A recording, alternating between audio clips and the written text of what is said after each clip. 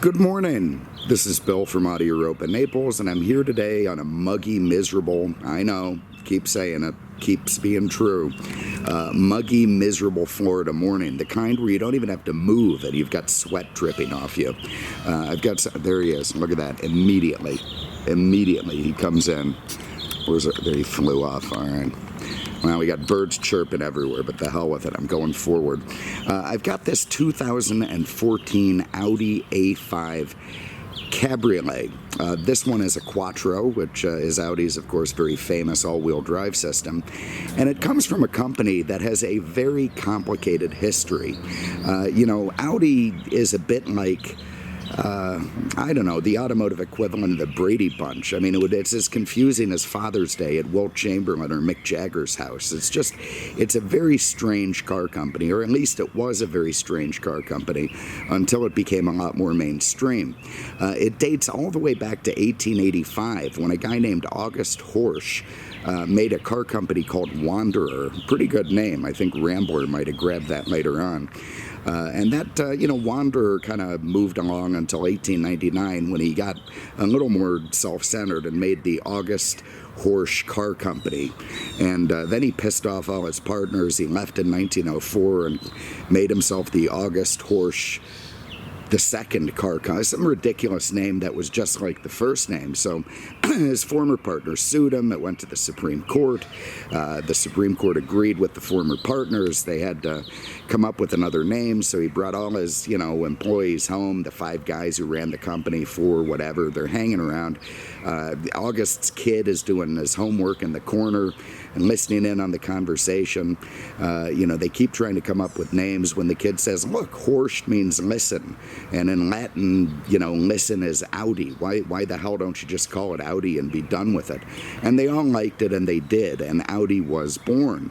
And then it went on for a while. And, it gets more complicated than that. There's 4 car companies now, including Wanderer, including August Horsch, the original company he made. And at a certain point, 20 years later, they formed a company called Auto Union, which brought 4 car companies together under one roof. And in doing so, the 4 rings were born. And that is the Audi logo that we all know today. Of course, that looks a little bit like the Olympic sign. And in 1995, the Olympics did sue Audi for infringement on their copyright. But at this point, the Supreme Court of whatever country they were in said, the hell with it. We're tired of dealing with these people. Nobody's going to confuse an Audi with the Olympic brand. And you guys can just go on and do your thing. So there it is. Little known fact, so after the war, and I've already leapt back to 95, back to the future, back to 49. They came out of the war a little bit rich from all the stuff they'd done, although their factory had been bombed to hell and was in the middle of Soviet Russia, or at least Soviet Germany. So they had to move it to the west side of Germany, which they did. They were building these 2-stroke cars, not unlike Saab. Volkswagen ended up, I'm sorry, forgive me for that, Mercedes-Benz ended up buying them. They kept them until 1965 when Volkswagen took over, and that really begins the modern era of Audi. Under Volkswagen's ownership, they grew. Originally, it was just going to be a plant that VW bought to, build some more Beetles, which were selling like hotcakes, but the Audi 100, or I don't remember, some 4-stroke sedan, the headed Volkswagen liked it, he kept it, they went with Audi, and Audi sort of became what Lexus is to Toyota very early on, building Volkswagen sort of higher-end vehicles. But, what a complicated and weird history, and it's better just left unmentioned. Back to this car. So this is a 2014 A5 Cabriolet, and this is probably the perfect 4-seat convertible. That's quite a statement because it's a market that's full of some pretty good cars like the BMW 4 Series and the Mercedes-Benz E-Class, that sort of thing. But the A5 does a lot of stuff that those cars don't, and it does it for less money and being much more fuel efficient. We're going to start inside the trunk. And we're fighting the sun here, but we'll go as fast as we can. So in here, You've got, of course, all my crap with me today. Here's the original windscreen. I think we got some original formats under there, all very nice. Anyway, you get a pretty good-sized trunk. You can squeeze golf clubs up under this partition. This partition can also move forward when the top is up and give you a lot more space. In addition to that, here's something you're not going to see in any of the competitors. I pop those guys and the rear seats fold down. Now this is such a secret that my detailer didn't even figure it out to clean back there. Surprise, surprise. Even though this is like his 8th A5 that I can remember. But anyway, when you do that, you've turned your 4-seat convertible into a bit of a general contractor car. You can fit plywood in there. You can fit, you know, your sniper rifles. Whatever you need is going to fit back there, no problem. And that is a pretty cool feature in a 4-seat convertible. Let's get those back up. The styling of the car is absolutely gorgeous. Audi really knocked that one out of the park. The long, graceful lines. It's kind of a big car. It really and truly is. It looks big and it drives big. You know, the swooping front end, it was restyled in 2012. I think it came out in 08 or 09. Originally, but in 12 it got a refresh, including enough LEDs to light up Chicago in the front end. Also Audi's big pentagram, quattro, I don't know, trapezoid, whatever it is, big looking front grille there. You can see the quattro badge. Audi was the first in the all-wheel drive department. Back in 1980 they made a car called the Audi Coupe GT Quattro, and it was the first time that all-wheel drive, four-wheel drive had been used solely for a performance car. Before that, it was only all about off-road performance or that sort of thing. So they really, you know, sort of took that four-wheel drive thing and created it, and a lot of companies followed suit. You know, and it became sort of an institution in the car world. But Quattro was there first, and those original Coupe GTs are worth more than Maybachs now. It's incredible how they've gone up. Anyway, you see the very nice 5-star alloys. It's got big giant brakes. Again, this is an all-wheel drive car. It's powered by a 2-liter turbocharged engine, which is another part of what makes this a great car. I can't believe I'm saying that because I hate 4 cylinders, but they do build a pretty good one. You see those twice pipes at the back, the lovely flush lights. Flush stuff has been an Audi thing for a long time. If you remember the 1980s, those Audi 5000s, everything on those cars went flush. The door handles, the window glass, you know, everything was all about aerodynamics. And then they got into that whole unintended acceleration thing, where there was a 60-minute show that basically scared the crap out of anybody from buying an Audi. It almost killed the company. You know, a few people did die, and then it turned out that 60 Minutes had kind of engineered the whole thing, or at least made it more dramatic. And there was a very minor glitch with the idle control, but next to nothing. And, you know, anyway, almost killed Audi unfairly. And it took a long time for them to recover. But recover they did, and we're going forward. So here we go. 2-liter turbocharged 4-cylinder. Very, very smooth engine. Puts out about 220 horsepower. Delivers fantastic fuel mileage. And it gives you really V6 smoothness and power with 4-cylinder economy. And they were doing this before everyone else. I mean, you know, all the companies now are moving towards this because of gas standards and emissions and that sort of thing. Audi had a big head start on them with this motor. It's used across the Audi VW platform, beautifully engineered, very, very smooth, and just a lovely drivetrain. Because this is the Quattro, it has a manumatic, well, it's really an automatic, you can shift manually, 8-speed transmission, which to me is getting to be too many speeds, for God's sake. How do these cars ever know what gear they're in?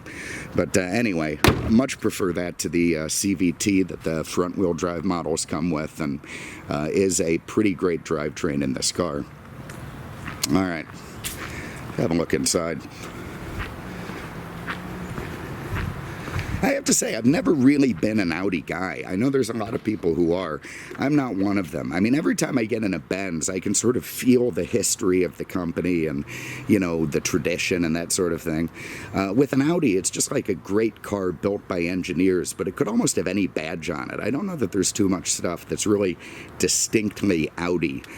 Which is fine. I mean, you know, at least you're not sort of anchored to the past where you have to pay homage to this, that, or the other. The past for Audi is so complicated, nobody knows what the hell it's up to. So anyway, in the back seats, you've got these beautiful mocha leather. You've got pretty good legroom for a 4-seat convertible. You've got your own little HVAC controls there. There's a little roller bin between the seats with cup holders, and it's all very comfy. Your Canadians, you know, are going to be very happy when they're on vacation, going to the restaurant. No issues at all stuffing a couple of 6-footers back there. You can see that little hole in the side above the leather insert up to the top left of the screen. That will hold the accessory windscreen that's in the trunk. If you want to cut down on buffeting, wind noise, keep your cargo on the floor nice and cool, you can install that and you're good to go. They also give you these great little buttons here, so you press it once, you can move the seat way forward to make loading your passengers easier. Press it and back it comes. It also means the rear seat passengers can screw with you. All right. Door panel, lovely, nice wood with the brushed nickel trim, very, very attractive. Lovely leather insert, all your window and mirror controls, lock and unlock, the curvature. You know, beautifully designed, these cars, they really are. 2 big heavy keys. It'd be nice if they made those a bit lighter. Foot on the brake, you push this guy in, push it forward, and the car fires to life.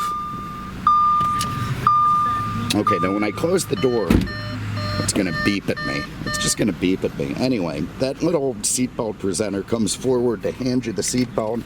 Nice feature, makes it easy to grab. You see, for once, I'm not really fumbling with the thing, which is lovely. So you can see right away that thing works. Over here, you've got your automatic headlamps. You've got this lovely brushed nickel, you know, instrument cluster, very nicely laid out instrument cluster. Although the gauge is sort of hard to see. I like a low seating position, and the fuel gauge and the temp gauge are set way down low, so I only see about half of them when I'm driving. I'm also kind of short. You do have a nice 6,000 RPM red line tack off to the left. You've got your 180 mile an hour speedo off to the right. Very ambitious. I don't think this car approaches that. And then a huge driver information center in the middle where you can go through a bunch of different things and change them as you see fit. So let's see, we're going to go to 95.3. Also have a volume control. I got nothing but commercial. So anyway, this goes through different features: phone, radio, you know, phone and radio. There it is. So that's what you get. You also get a trip computer. Over here, you've got Audi's in-dash MMR, multimedia, whatever the hell it is. You press FM, you get FM. You press SAT, you get SAT. I'm not a big fan of Audi's controls, I have to say. You know, once you get them, you got them, but I find them very convoluted. So, you know, once you're on SAT, this is going to do something, this is going to do something else. You know, it's just not, to me, immediately intuitive. It took me, you know, like 30 seconds the other day just to remember how to turn down the fan speed. So, which is like this. So let's see. So I press fan. There you see I'm on 1. But, you know, it's going to go away and start controlling some other feature. It also comes up there. Anyway, to me, it's all a bit convoluted and complicated, but some people seem to like it, and, you know, I'll side with them. That's fine.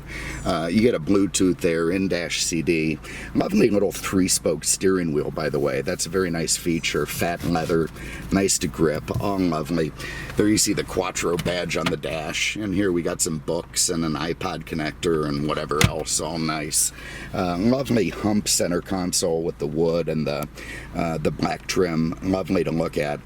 You've got another thing that I hate in cars, which is these modern parking brake, electric parking brake. I mean, if I'm in a panic, how the hell am I supposed to remember to push that thing really quick? So, don't like it. Anyway, go over to drive. If you move to the right, you're now in manual mode. You can bang your way through the gears like that. Nobody's going to bother to do that in an A5 Cabriolet. Put that up. You can turn your traction control off there. Nice. Down here, you've got your top control and your 4-way windows. This clever little guy slides back and forth, so you get arm support where you need it. You've got some cup holders. I'm going to run the top. So to do that, I'm going to press down on this. And you can see the panel very quickly moves back. The top comes forward very, very quick. Seals into place. Up comes the back, down goes the panel. Sorry for shaking one end and I'm all turning around.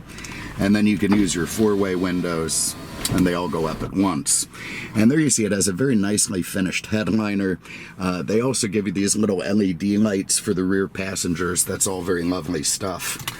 And everyone's going to be chipper. So let me hop out for a minute, let this thing beep at me like the U-boat is sinking, and I'll just quickly show you the convertible top.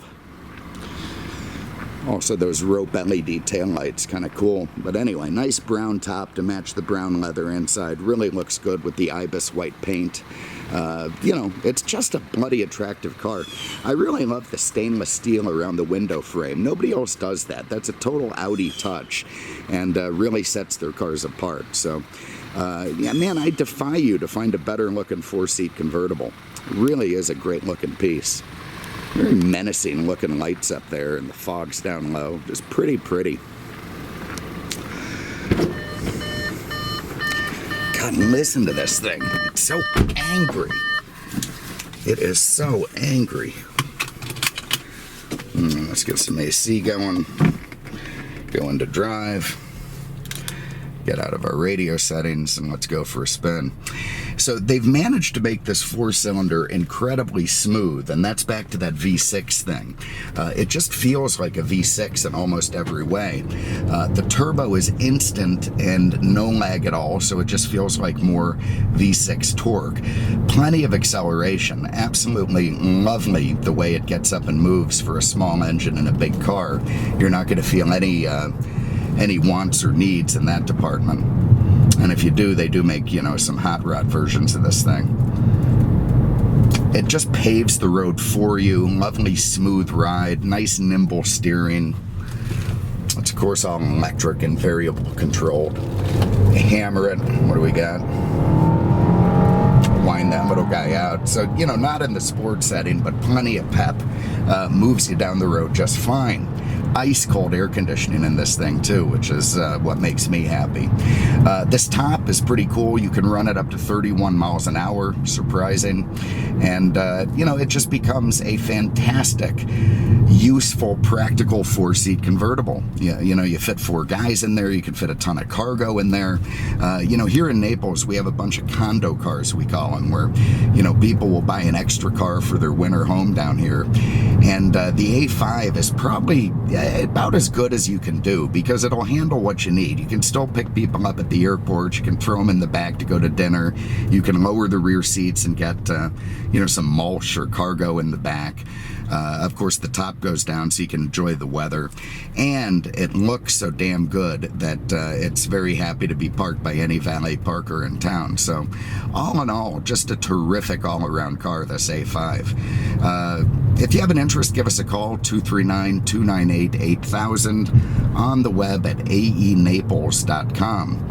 Thank you so much for having a look. We appreciate it, and we'll see you with the next one. Take care.